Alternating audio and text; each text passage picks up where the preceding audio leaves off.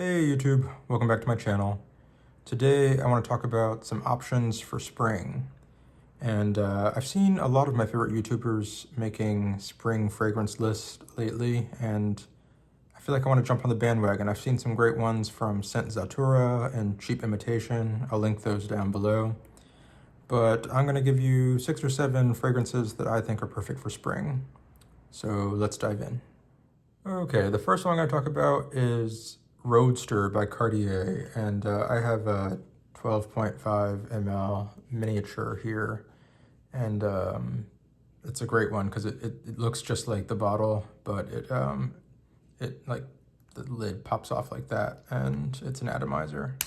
But what does it smell like? This is mint, bergamot, vanilla, patchouli, vetiver, and labdanum. And to me, it smells like mint chocolate chip ice cream. It's super creamy. It is really delicious and delightful smelling, but it's not very sweet at all. It's kind of all layered with this dusty vetiver that keeps it from going full-on gourmand, but it still has that element of coziness that you get from gourmands.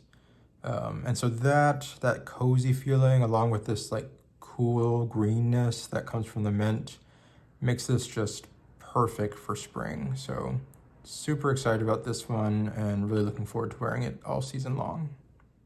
The next one I'll talk about is Versace's The Dreamer. I find this one very difficult to describe. It is a transparent, airy, light, sheer tobacco fragrance, but very floral.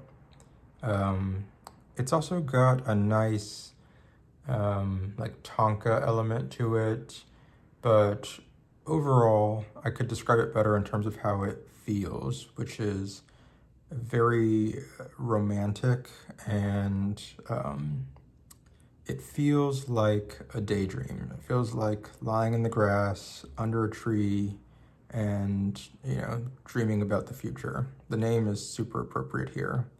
It's 100% unisex, and there's also something maybe a little bit honeyed about it. It's extremely interesting, and I've really enjoyed wearing it through the rainy weather we've been having in California this year. So just delightful. Love it. It's Versace's The Dreamer.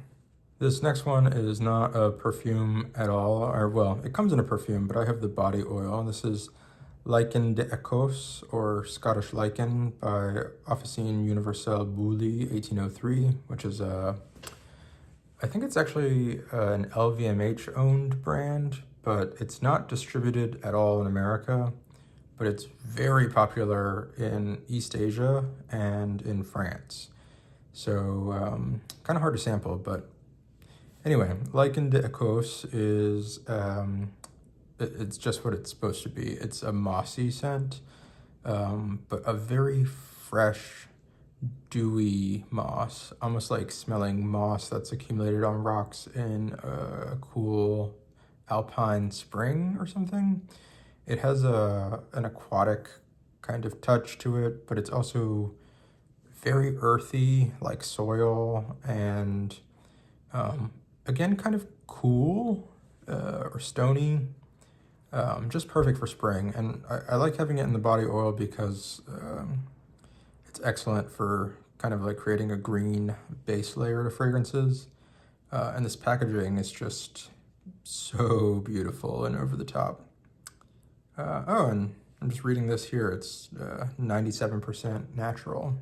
That's an added bonus. So Lycan de Ecos by Bouley, great pick for spring. Okay, this next one is one that I absolutely love. It's Narciso Rodriguez for him, the Eau de Parfum. An incredibly unique and abstract kind of perfume with a beautiful bottle. But the notes are pink pepper, iris, and musk. It's very hard to describe how this one smells because it's quite linear, and I wouldn't say that there's a ton of differentiation between the notes. It's all kind of smothered in this very heavy, dense 1980s musk. It's aldehydic in the opening, it's peppery, it's green, it's extremely floral. It's also extremely synthetic and chemically smelling. It kind of smells like copy machines or ink. It smells a little bit like mothballs in a way. It smells like the paint department at Home Depot.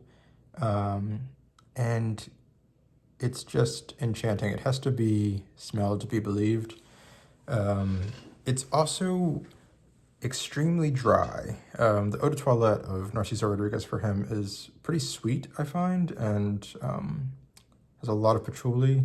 This one has no sweetness to speak of, and can feel actually a little bit suffocating sometimes. But I know that's not the most enticing set of adjectives to use about a perfume, but it is really something special.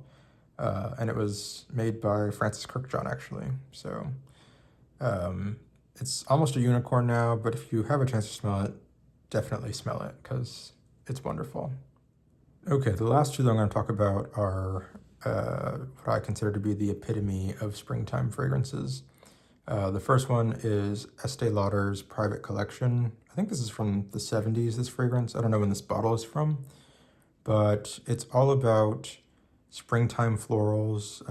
Mostly, I'd say hyacinth, but there's also a big galbanum note. It's extremely green and a little bit daunting when you first spray it. It's a powerful perfume. It's got a lot going on.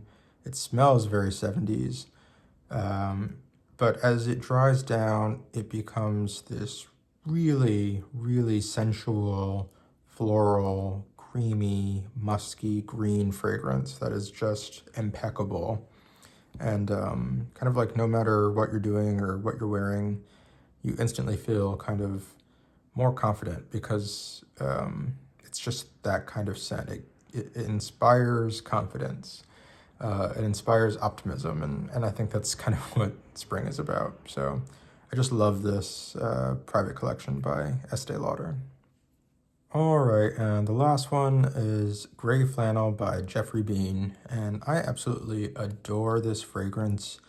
I don't know if I've talked about it before, but it is a cheapie that can still be had for next to nothing, but almost nothing smells better than Gray Flannel. It is the biggest floral bouquet for men that I know of, with all kinds of things going on. A lot of violet, galbanum, mimosa, iris, rose, a huge vetiver going on in the background, a ton of oak moss. It smells like springtime in a bottle. It smells like springtime rain. It smells like rain on pavement. It smells like the 70s. It smells like fog rolling over San Francisco. I can't speak highly enough about this fragrance.